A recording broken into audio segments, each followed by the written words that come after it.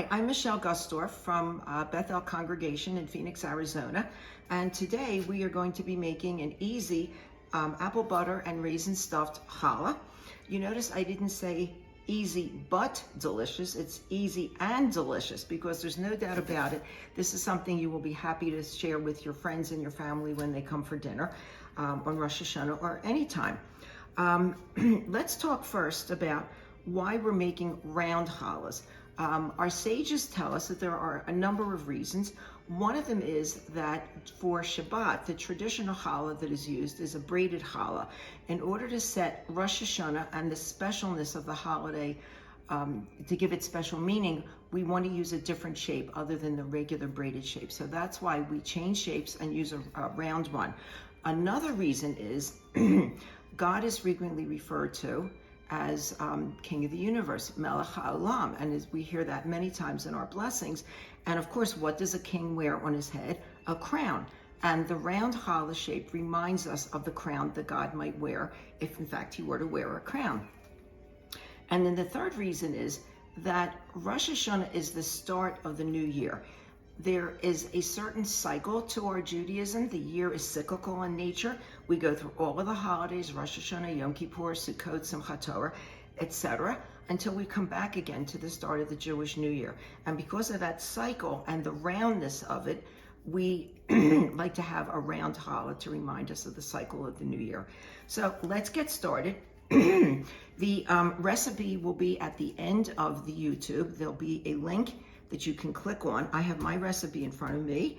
And if you want to take any notes as I talk about suggestions I might make, feel free to do that. Or you'll listen to the YouTube, and then when you have the recipe, you can bake along with me and watch the YouTube again. So what I've done over here, I'll show them to you. I have taken 6 Rhodes dinner rolls, and I have defrosted them. And they're still a little bit cold. They can be found in the freezer case of your supermarket in the bread section.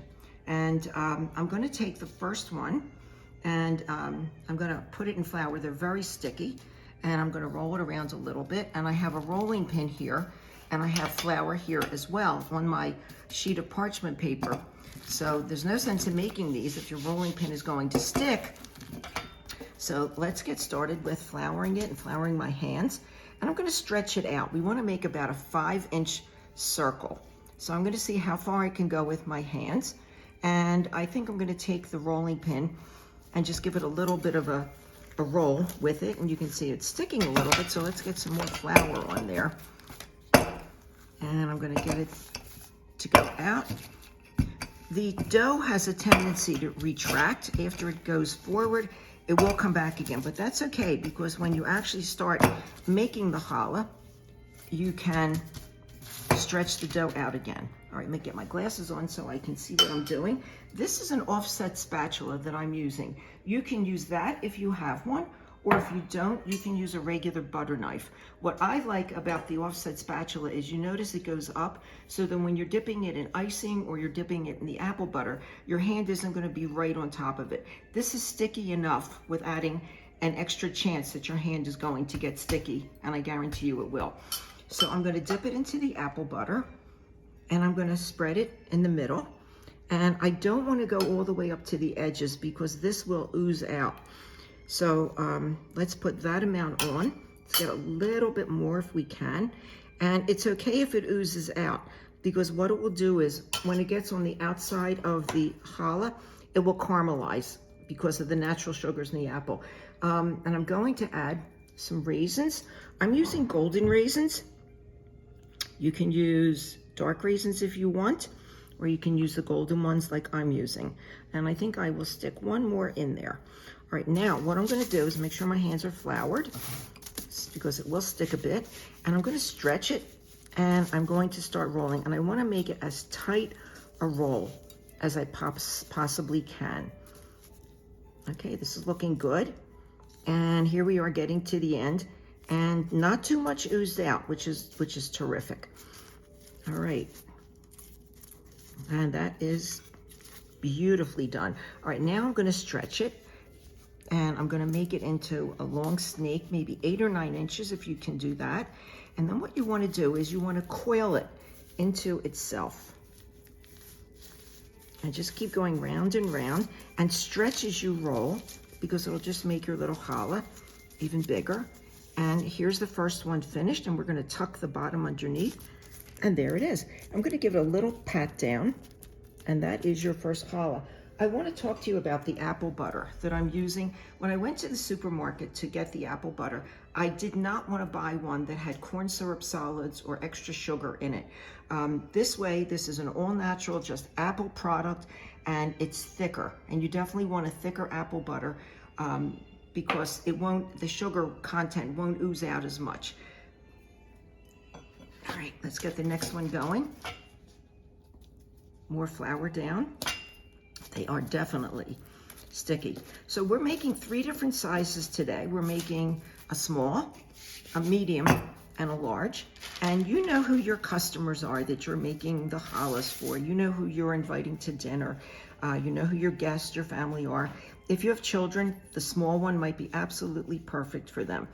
You can always go back and get a second one.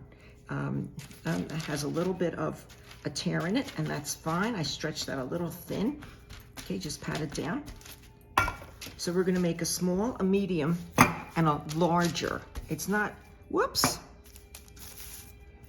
It's not gonna be as large as the commercial ones that you can buy at the bakery or that you can even make yourself.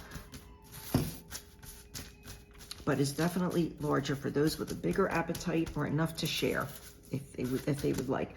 All right, so let's get some more apple butter up and put this in the middle. And I'm gonna use my butter knife to get the apple butter off. All right, that looks good. And let's get those golden raisins again. If your raisins are a little dry when you start to use them, you can, before you use them, check them first. And before you start to use them in your recipe, soak them in a cup for about 15 minutes so that they will plump up a little bit. Okay, you can see I'm using Pyrex containers.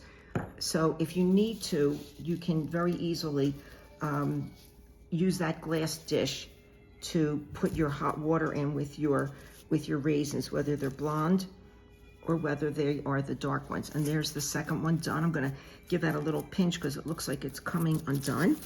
All right, beautiful. And let's go to the second one. We're gonna pinch these together and make a nice long snake.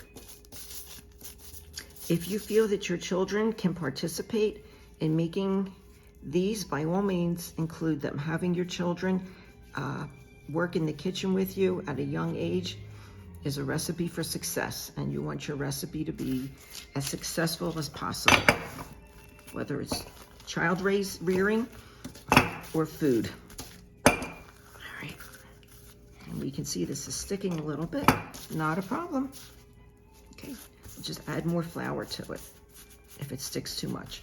All right, let's go back in. Offset spatula, apple butter. Good. Scoop it off. All right. Now I've got a little bit more in there than the other ones. This one might ooze out a little bit, and that's okay if it does. All right, so let's do this. I think I'm putting about 8 or 9 of these in there. So, all right, there we go. And let's stretch and tight roll. Very, very tight roll. Beautiful. This is really working out nicely. All right. And here's our second snake. And look at that. It did not ooze. All right. Let me just pinch, pinch, pinch. Now, this is how we make our medium-sized one. We take the 2 edges together of the snake, pinch them together, and we stretch and roll. Remember, you always want to stretch as you're rolling because it'll make your challah a little bit bigger. All right, and I'm going to wrap this around it. There we go, and I'm going to tuck it underneath.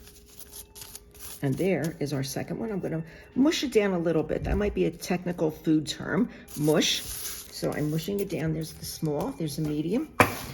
And at this point, I think if you're making these, you will have a pretty good feel for the technique, how the rolls feel, how the parchment paper feels with the flour on it. So you have a pretty good idea at this point of how to work the dough. And your third one should probably be the easiest one, even though it'll be the biggest one, because you'll have a pretty good feel at this point of how everything is working for you. All right, let's get this rolled out. And let's go back in for the apple butter. Spread it on. I added the raisins. The first batch that I made, my trial batch, I did not put raisins in. And I decided afterwards that I think that raisins are a nice touch. The sweetness of the raisins give a little extra texture to the challah and an extra bit of sweetness and good flavor. All right, here we go. Stretch, tight roll. And here's the first snake of your third challah. I'm gonna add a little bit more flour because I can see that it's starting to look like it's going to be sticky if I don't add it. All right, so let me put that one over here. If you have a silpat at home, which is a nice baking sheet that you can use to make your challah on, and you can bake on it, you can use that. I like parchment paper. I like to cut it exactly the size that I need. And I also like the fact that you can throw it away afterwards. It makes for easy cleanup. Now you do use my silpat for other things, making hamantaschen, but for this, I decided that the easiest way to do this was with the parchment paper. All right, you know this already. You know what I'm gonna do. Spread. And take my butter knife and put a extra little dollop on there. That's a good cooking term, dollop. And lay those raisins down. There's a nice little lump of apple butter right there. I think that's going to be delicious, whoever gets that little bite. All right, and this definitely needs to be stretched out so that I can roll it. All right, here we go. You know what I'm going to be telling you. Nice tight roll. Let's keep going. And here we are. There's a little tiny bit of apple butter oozing out. That's fine. Remember, it's natural sugar that's coming from the apples, and that's going to caramelize on top. And you'll see what we do to finish off the challah at the end. Oops, got away from me there. Definitely sticky. Sometimes I will wear an apron when I'm using a lot of flour. I did not use one today, and I'm looking down. I think I'm A-okay. All right, I'm going to stretch this as far as I can, and then use the rolling pin. All right, let's lay this down on top of the flour. Get the rolling pin in a little bit of flour there, and let's roll. Oh, that's rolling out beautifully. All right. This is a nice big circle.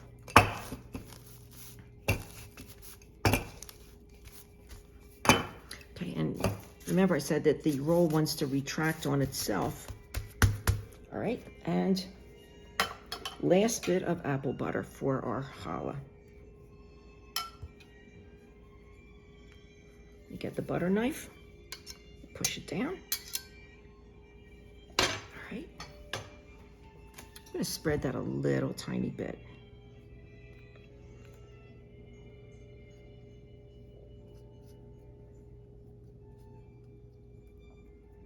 All right, let's get those raisins on there.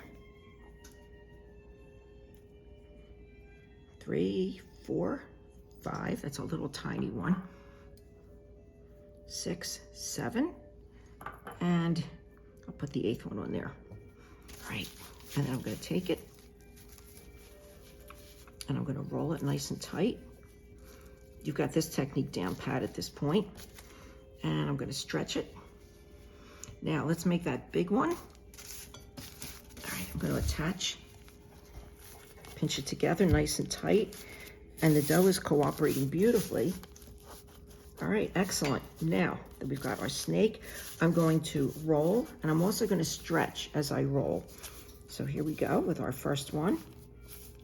All right, now we're going into the second roll. This is looking absolutely beautiful.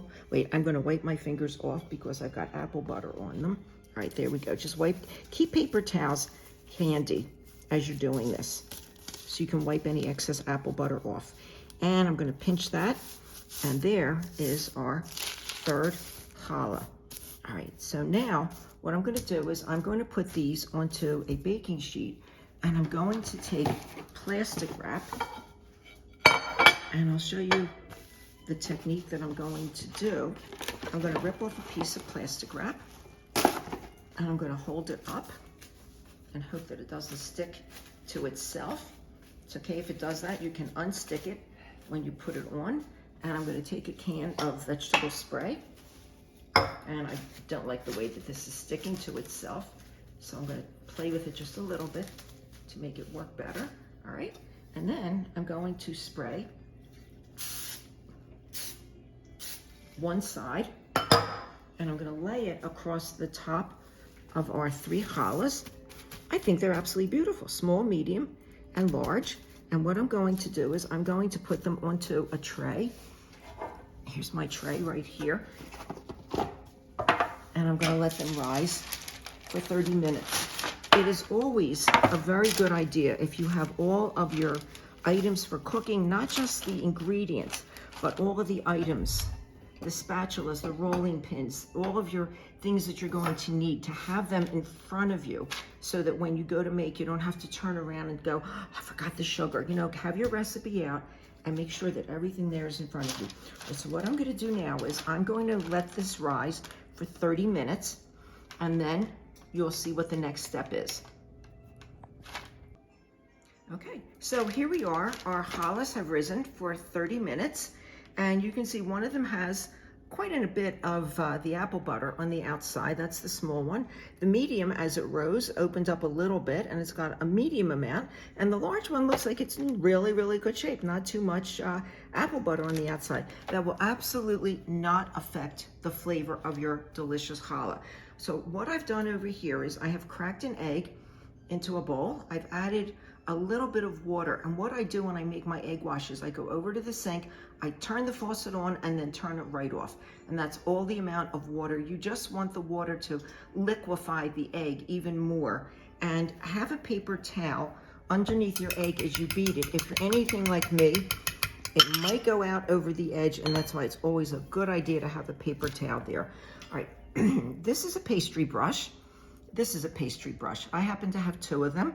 And if you don't have a pastry brush, you can just take a paper towel, crumble it up, and dip it into the egg wash. If you do have a pastry brush, it's not a very expensive item to purchase, and it really, really makes the effort of working with the challah and putting the egg on it a lot easier. So what I'm going to do is I'm going to paint. This is a great activity for young hands to come get involved in. And what you want to do is, as you paint, you want to make sure you get every nook and cranny and then go back over it again. Okay. And you're even going to go over that apple butter that's oozed out. That's not going to be a problem. Somebody asked me once whether they should pick up the challahs and put the egg wash on the bottom, actually picking it up. You definitely don't want to do that. You don't want scrambled eggs underneath your challah. So we're going to go all the way around, and even though you are getting egg around the edges over here, it's not going to turn into scrambled eggs. Don't worry about that. It would not be good if you were to actually put it on the bottom, but we're not doing that. We're really just going around the outside. And if you have a little tiny bit of a puddle of egg, I think that's another cooking term, a puddle, that's perfectly okay too. Now I have finished with the egg wash. And now what we're going to do is we're going to go to the cinnamon and sugar. I make my own. You can buy your own in a jar in the spice section at the supermarket. If you're going to make your own like I do,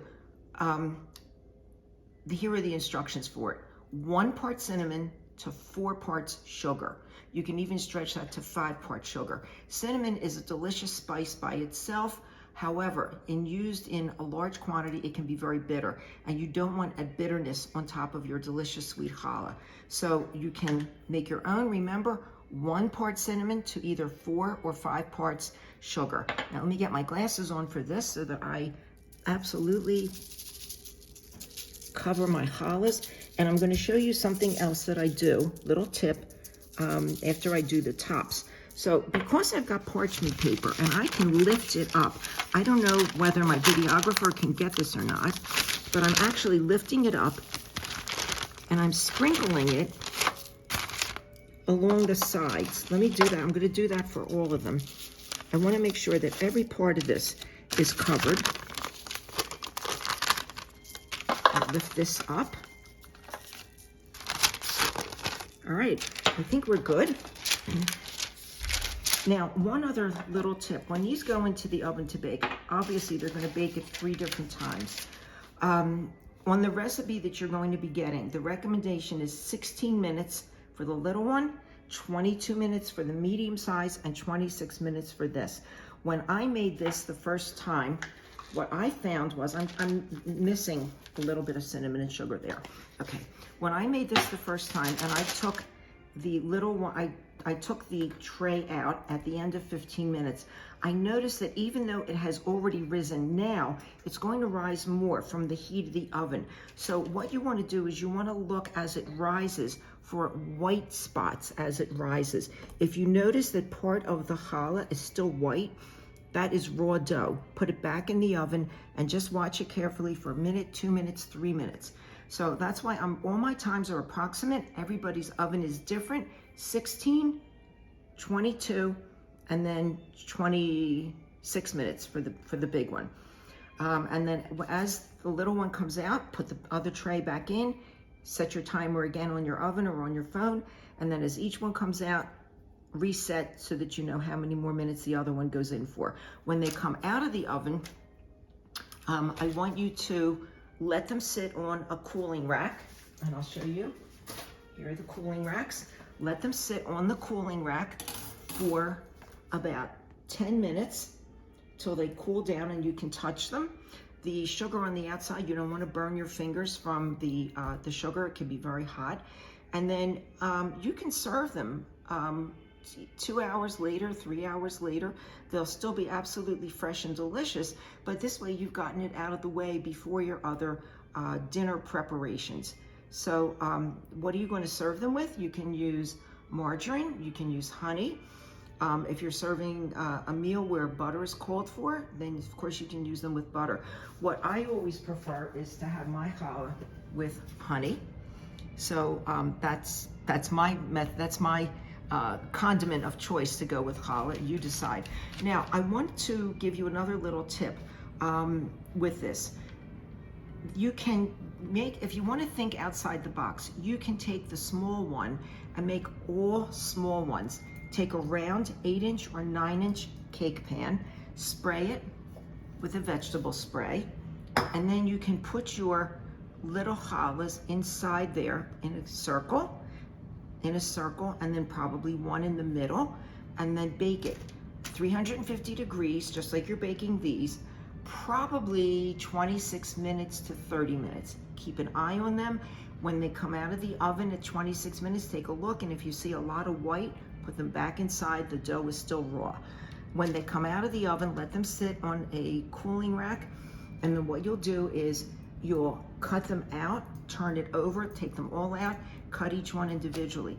If you want to give them an extra little flair on top of them, and icing is always a good idea, you can take powdered sugar, confectioner's sugar, probably about 1/2 cup, and if you run out of your icing, you can always make more, but start with 1/2 cup, and you can use water, a very few teaspoons, and if you make it too liquidy, you can go back and add some more confectioner's sugar to it to thicken it up a little bit. If you want to make it even more delicious, instead of using water, you can use apple juice, because apple juice to go with apple stuffed challah, I mean, who wouldn't want that as a Rosh Hashanah treat? And that would be a great dessert, a great breakfast, and anytime kind of a treat. So here we have the challahs. I'm getting ready to put them into the oven right now. Okay, so wishing you all a Shana Tova and Umitzukah, a sweet, happy New Year. And here to grace your Rosh Hashanah table or your anytime table are 3 delicious challahs that we made today, small, medium, and large, stuffed with apple butter and raisins. And you can see we have a honey jar ready to go, another honey jar, and a very cute little apple plate. And I certainly hope that you will enjoy making these and serving them to your family and friends. Wishing you all a very happy and healthy New Year.